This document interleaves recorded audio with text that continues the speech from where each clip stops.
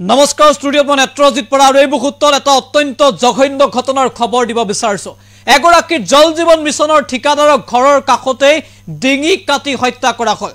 ডিঙি কাটি হত্যা কৰি জ্বলাই দিয়াৰ চেষ্টা চলালে দুৰ্বৃত্তই। সুনীল গগৈ নামৰ ঠিকাদাৰ গৰাকীক ঘৰৰ কাষৰ এই জংঘলতে জঘন্য আৰু অতি নিশংসভাৱে হত্যা কৰি তেওঁৰ ডিঙি কটা হ'ল আৰু তাৰ পাছত তেওঁক জ্বলাই দিয়া হ'ল। আৰু মৃতদেহত হাত ভৰি একো নাছিল, হাত ভৰি ডিঙি নাছিল, হাত ভৰি ডিঙি লৈ যোৱা হ'ল তাৰ পৰা আৰু ডিঙি ইতিমধ্যে শিৰছেদ কৰি ডিঙিৰ ওপৰ অংশ লৈ গৈছে হত্যাকাৰীয়ে। ইমান জঘন্য আৰু নিশংস হত্যাকাণ্ডৰ ঘটনা আপুনি হয়তো কাহিনীও শুনা নাছিল। কিমান বৰ্বৰ আৰু জঘন্য হলে মানুহে এনেকৈ হত্যা কৰিব পাৰে। এজনক হত্যা কৰিছে তাতেই ক্ষান্ত থকা নাই, হাত ভৰি কাটি পেলোৱা হৈছে তাতো ক্ষান্ত থকা নাই, ডিঙিৰ ওপৰ অংশটো কাটি লৈ যোৱা হৈছে আৰু পৰৱৰ্তী সময়ত জ্বলাই দিয়া হ'ল এইগৰাকী সুনীল গগৈৰ মৃতদেহ। এই জঘন্য বৰ্বৰ ঘটনাই জোকাৰিছে ঢকুৱাখানা। সবিশেষ নিটকছৰ দৰ্শকৰ বাবে জঘন্য আৰু এটা অত্যন্ত নিশংস ঘটনা। ডিঙি কাটি এইবাৰ হত্যা কৰা হ'ল সুনীল গগৈ। পিছে কোনে হত্যা কৰিলে এইগৰাকী ঠিকাদাৰ সুনীল গগৈ? হত্যা কৰি জ্বলাই দিয়াৰ চেষ্টা চলালে দুৰ্বৃত্তই। ডিঙি কাটি হত্যা কৰি দুৰ্বৃত্তই জ্বলাই দিলে জল জীৱন মিছনৰ ঠিকাদাৰ সুনীল গগৈ। ঢকুৱাখানাত ঘৰ সুনীল গগৈৰ। ঢকুৱাখানাৰ সাপতীয়া গাঁৱত সুনীল গগৈৰ ঘৰ। ঘৰৰ পৰা প্ৰায় ৩০০ মিটাৰ দূৰত্বতেই সুনীল গগৈৰ মৃতদেহ উদ্ধাৰ হৈছে, য'ত তেওঁক শিৰচ্ছেদ কৰা হৈছিল, য'ত তেওঁৰ ডিঙিৰ ওপৰ অংশ এতিয়ালৈকে উদ্ধাৰ কৰিব পৰা নাই পৰিয়ালে। মূৰটো এতিয়ালৈকে পৰিয়ালে উদ্ধাৰ কৰিব পৰা নাই, আৰক্ষীয়ে উদ্ধাৰ কৰিব পৰা নাই। আনকি পুত্ৰৰ ভাষ্য যে পিতৃৰ হাত ভৰিও কাটি পেলোৱা হৈছে, হাত ভৰিও মৃতদেহৰ লগত নাছিল, মাত্ৰ গাৰ এটা অংশহে তাত পেলাই থৈ যোৱা হ'ল আৰু জ্বলাই দিবলৈ চেষ্টা চলাই দুৰ্বৃত্তই আধা অংশ জ্বলাই দিয়া হ'ল। কিমান বৰ্বৰ জঘন্য নিশংস হলে এইদৰে হত্যা কৰিব পাৰে মানুহক। এইখন অসমতে এই ঘটনা সংঘটিত হৈছে, ঢকুৱাখানাত এই ঘটনা সংঘটিত হৈছে। আৰু এইগৰাকী সুনীল গগৈ মাত্ৰ কিছুদিন পূৰ্বে এগৰাকী কাৰ্যবাহী অভিযন্তাৰ বিৰুদ্ধে গুৰুতৰ অভিযোগ আনিছিল।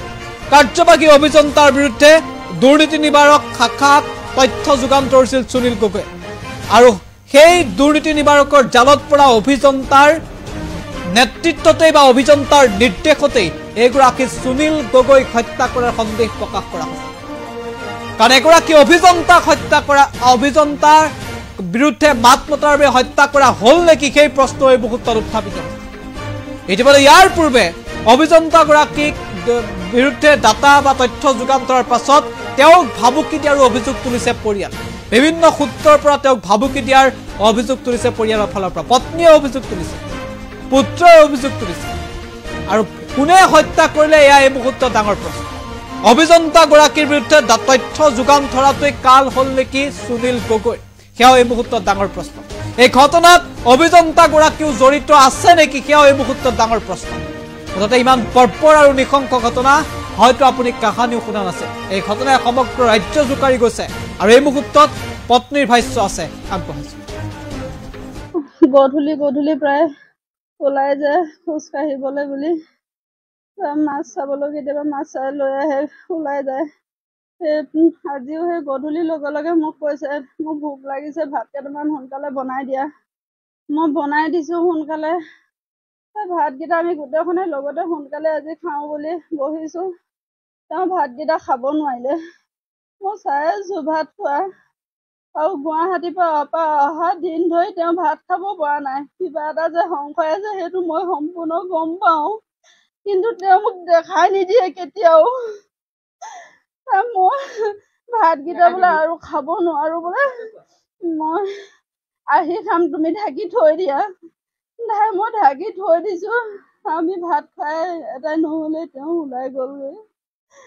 চব ভাত খাই ভাগে ভাগে শুলে, বিচনাতে মোবাইলটো চাইছো, আনুকালে নিচিনাকে আহিব বুলি ভাবি মই মোবাইলটো চাইছো, নাই অহা।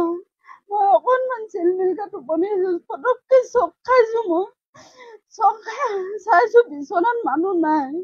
তাৰপৰা ইখন বিচনাত শুই থাকিলে নি বুলি চাইছো, তাতো মানুহ নাই। তাৰ ল'ৰাটো ইয়াত শুই আছিলে, মই ইয়ালে ফোন লগাইছো, মানুহৰ দেউতা এতিয়ালৈকে অহা নাই। সি উঠিলে, উঠি কণ বনালে বৰ্তাকৰ পুতেকলে ফোন কৰিলে, দেচোন দাদা আমাৰ দেউতা এতিয়ালৈকে অহা নাই।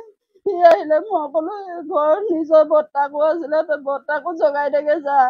সেই বৰ্তাকো আনি তিনিওটা ওলাই গৈছে। মই বোলো পোহৰ চোহৰ পথাৰৰ ফালে পাওঁ নেকি চাই যাবি। তাৰপৰা মই ভিতৰত গৈ চাইছোগে, আনুকালে দাখন লৈ যায়। আজি দা চাই একো নিয়া নাই। ৰাতিলে থাকোঁতে মোক মানুহে ফোন কৰি কয় তাক ভালকে থাকিবলৈ কবি, তাৰ কাৰণে মানুহ মাৰিম বুলি কৈছে। মই গুৱাহাটীত থাকোঁতে তেওঁক কোৱা নাই এইবোৰ কথা। গুৱাহাটীৰ পৰা অহাৰ পিছত কৈছো যে তোমাৰ ওপৰত মানুহে এনেকে প্ৰতিশোধ লৈ আছে, তুমি ভালদৰে থাকিবা ওলাই না। কোনে মোক কি কৰিব, মইতো একো বেয়া কাম কৰা নাই। দুদিনমান মানুহে খং খাব, ভাল হৈ যাব এনেকে বুলি কয়। মোৰ বুকুখনত কঁপনিটো সেইদিনাৰ পৰা আছে, যেতিয়াৰ পৰা মানুহে মোক ফোন কৰি কয় সেইদিনাৰ পৰা মই ভালকে খাব নোৱাৰো, শুব নোৱাৰো। তেওঁ যদিও মোক আশ্বাস দিয়ে, মই অনুভৱ কৰো তেওঁ যে কিবা এটা মনত ভয় আছে। হয়, সুনীল গগৈ খুব এজন সৰবৰহী, সক্ৰিয় আৰু যথেষ্ট এণ্টাৰপ্ৰাইজিং যুৱক আছিল।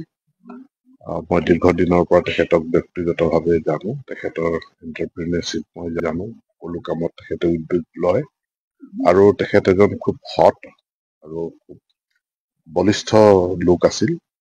গতিকে তেখেতৰ এই শোকাবহ ঘটনাটো মই ৰাতিপুৱা অৱগত হৈছো। অপৰাধীয়ে খুব পৰিকল্পিতভাৱে তেখেতক হত্যা কৰিছে। মই ৰাতিপুৱা ডিজিপিৰ লগত কথা পাতিছো আৰু এতিয়া CID ব্ৰাঞ্চৰ মানুহ গুৱাহাটীৰ পৰা আহি আছে, তেওঁলোকে সোনকালে দুপৰীয়া মানত তেওঁলোকে পাই যাব।